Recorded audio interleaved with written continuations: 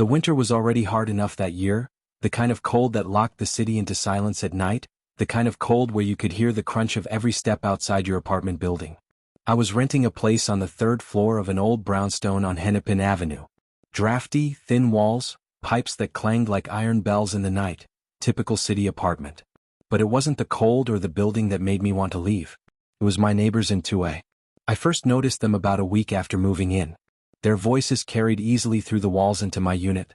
At first, it was just regular bickering, stuff about bills, who had used the last of the groceries, whose turn it was to clean. Nothing unusual for roommates. But then it became clear that every single fight circled back to one thing. Money? More specifically, $15. It started as a low grumble. "You said you'd have it last Friday, Abdurrahman. I told you I'll get it to you soon. I'm waiting on my hours." Back and forth, over and over. It would die down for a few hours and then flare up again the next night. I didn't know their names yet, but I soon learned them. The loud one was Sincere Porter, a wiry, sharp-faced guy with a voice that could slice through plaster. The quieter one was Abdurrahman Adraman, his voice always tired, always apologetic. The fights were constant. I would lie awake in my bed, staring at the ceiling, listening to the muffled rhythm of anger, the stomp of footsteps, the slam of cupboard doors, the bark of Sincere's voice demanding repayment. At first, I almost laughed at the absurdity. Who fights this hard over $15? But as the days passed, the fights changed tone. I started noticing Abdurrahman outside in the hallway. He always looked hunted. His shoulders hunched, his eyes darting toward the stairwell as if he expected someone to leap out at him. Sometimes I would catch him standing by the mailboxes, fumbling with envelopes that weren't even his. It was like he was stalling, delaying going back upstairs. And then there was Sincere. Sincere began spending more time lingering by the stairwell. Sometimes when I came home from work, he would be standing perfectly still on the second-floor landing, his back against the wall, staring straight down at the front door. No phone, no book, no headphones, just watching. One time I muttered a quick, "Hey," as I passed him. He didn't move, didn't nod, didn't even blink. Just fixed me with this flat, empty stare like he was looking through me. The kind of stare that leaves a weight in your stomach long after you've walked past. That was when I realized something was wrong. This wasn't just a roommate spat anymore. This was something darker. The tension built until it finally broke one Tuesday night. I was sitting on my couch, the TV humming low, when I heard the shouting start again. Louder this time, sharper. I muted the volume and just listened. "This is the last time I'm asking you, Abd Rahman. Where is my money?" The voice rattled my walls. I got up and pressed my ear to the door. The yelling wasn't inside the apartment anymore, it was happening in the hallway. Carefully, I crouched down and looked through my peephole.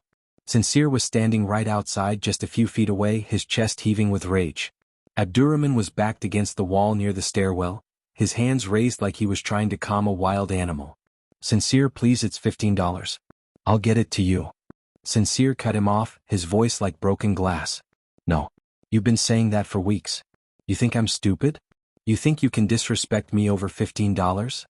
I gripped the doorknob, my heart hammering. I should have opened it. I should have said something. But fear glued me in place. And then I saw it. A sudden, brutal flash of motion. Sincere's arm jerked forward.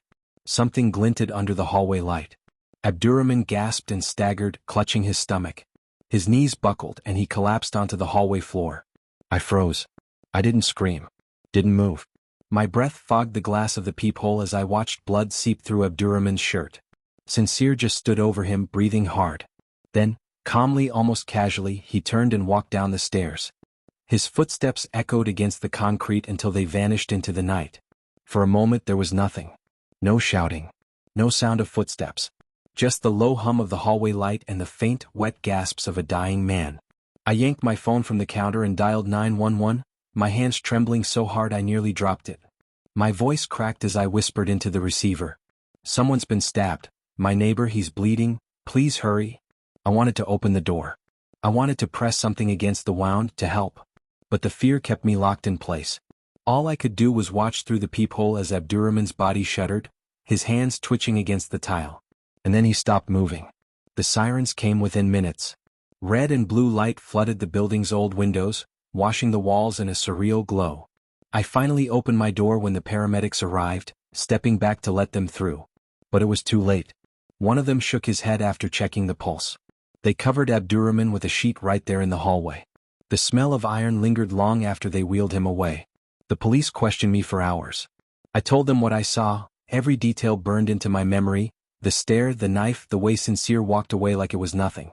They caught him a few blocks away, still carrying the knife. He didn't resist, didn't argue, just went with them silent. The police officer who took my statement shook his head. All this over $15. I nodded, but the words didn't make sense. It wasn't about $15. It was about something uglier, something festering inside Sincere that had finally snapped. The money was just an excuse. I tried to stay in the apartment after that, but I couldn't. Every time I walked down that hallway, I saw it again, the flash of the knife, the way Abdurrahman's body crumpled. The building felt poisoned. I moved out a month later. Packed my boxes, loaded my car, and drove away without looking back. But the thing is, leaving didn't erase it. To this day, I can still hear their voices echoing through those thin walls when I close my eyes. The endless arguments, the desperate pleas, the demand repeated again and again like a curse. Where is my money? And I keep thinking about how fragile life really is. How something as small, as trivial, as meaningless as $15 can become the spark that destroys everything. A debt so small, yet it cost a man his life. And that is something I will never forget. Thank you for watching this chilling story. It's hard to believe that something as small and meaningless as $15 could spiral into something so dark, but that's the reality we live in. Sometimes the scariest monsters aren't hiding in the shadows, they're standing right next to us. If you enjoyed this story, make sure to like the video, subscribe to the channel, and hit the notification bell so you don't miss future uploads. And remember, real horror isn't always in haunted houses or ghost stories. Sometimes it's in the people we think we know. Stay safe out there, and I'll see you in the next one.